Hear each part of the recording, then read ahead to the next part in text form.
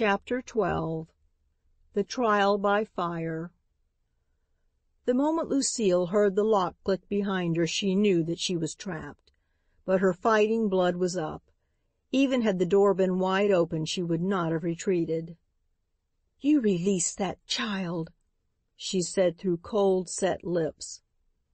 "Yes, you tell me release the child," said the woman with an attempt at sarcasm. "You who are so brave, who have a companion who is like an ox, who likes to beat up poor women on the street.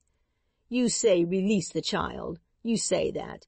And the child, she is my own stepdaughter." I don't believe it," said Lucille stoutly. "It is true." "If it is true, you have no right to abuse her. You are not fit to be any child's mother."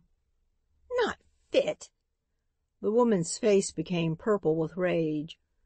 "I am no good, she says. Not fit." She advanced threateningly toward Lucille. Now, she stormed. "We have you where we want you. Now we shall show you whether or not we can do as we please with the child that was so very kindly given to us." She made a move toward the stove, from which the handle to the heavy poker protruded.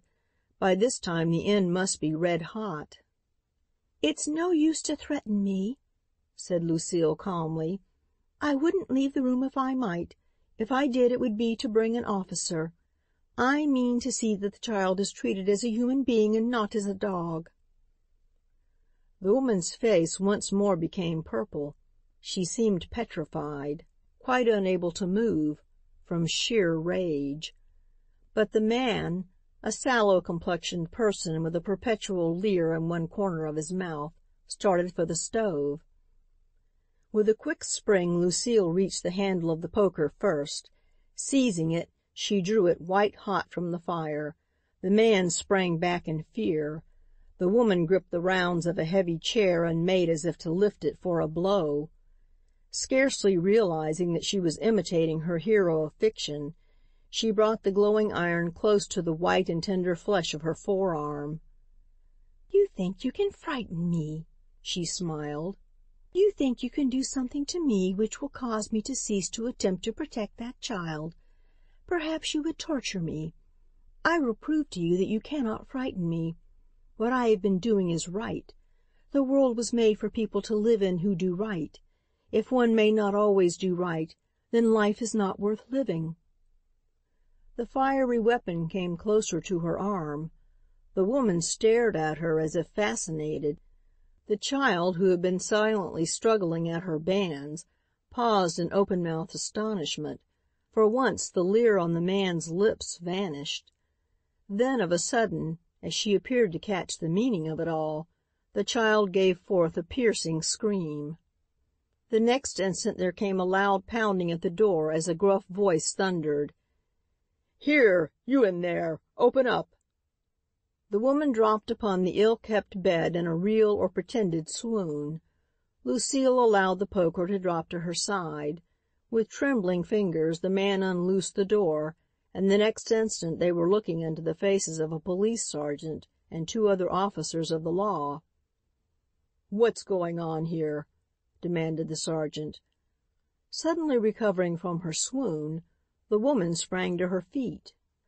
"That young lady," she pointed an accusing finger at Lucille, "is attempting to break up our home." The officer looked them over one by one. "What's the girl tied up for?" he demanded. "It's the only way we can keep her home," said the woman. "That young lady's been enticing her away, her and an old wretch of a man." "Your daughter?" "My adopted daughter." "What about it, little one?" The officer stepped over and, cutting the girl's bands, placed a hand on the child's head. "Is what she says true?" I don't know," she faltered. Her knees trembled as she could scarcely stand. "I never saw the young lady until now, but I think she is wonderful." "Is this woman your stepmother?" The girl hung her head. "Do you wish to stay with her?" "Oh, Mon Dieu, no, no, no, oh, mon Dieu, mon Dieu." The child in her agony of fright and grief threw herself face down upon the bed. The officer, seating himself beside her, smoothed her hair with his huge right hand until she was quiet, then bit by bit got from her the story of her experiences in this great American city. Lucile listened eagerly as the little girl talked falteringly. A Belgian refugee, she had been brought to the United States during the war, and because this unprincipled pair spoke French, which she too understood, the good-hearted but misguided people who had her in charge had given her over to them without fully looking up their record. Because she was small and had an appealing face, and because she was a refugee, they had sent her to begging on the street and had more than once asked her to steal. Having been brought up by conscientious parents, all this was repulsive to her. So one day she had run away. She had wandered the streets of the great unfriendly city until, almost at the point of starvation, she had been taken home by a very old man, a Frenchman. "French," she said, "but not like these." She pointed a finger of scorn at the man and woman.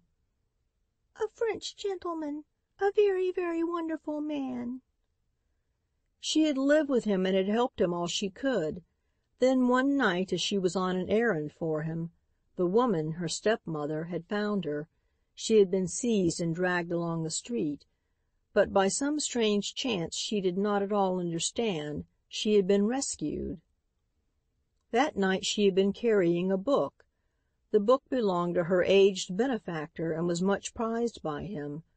Thinking that her foster mother had the book, she had dared return to ask for it.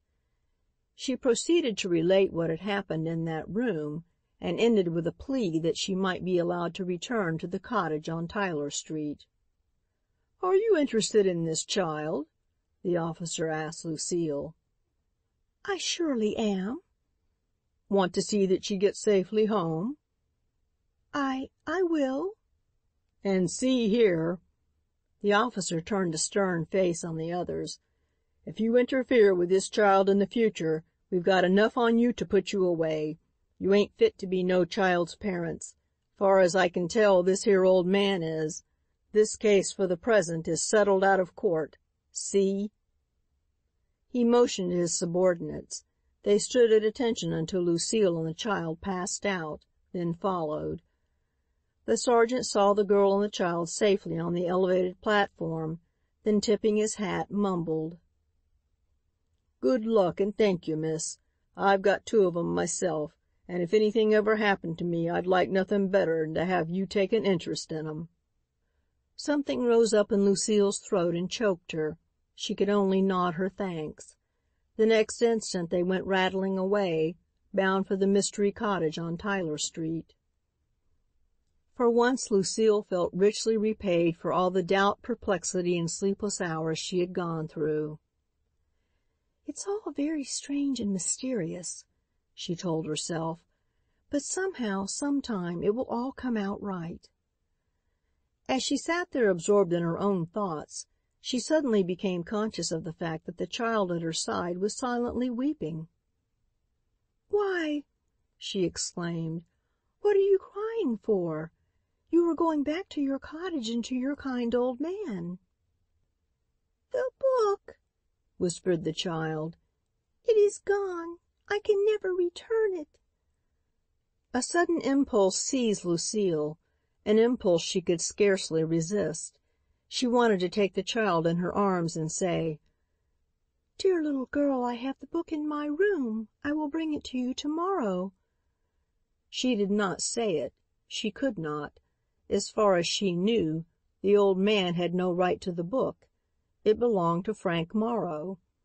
What she did say was, "I shouldn't worry any more about it if I were you.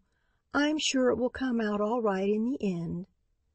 Then, before they knew it, they were off the elevated train and walking toward Tyler Street, and Lucile was saying to herself, "I wonder what next." Hand in hand, the two made their way to the door of the dingy old cottage. End of chapter 12.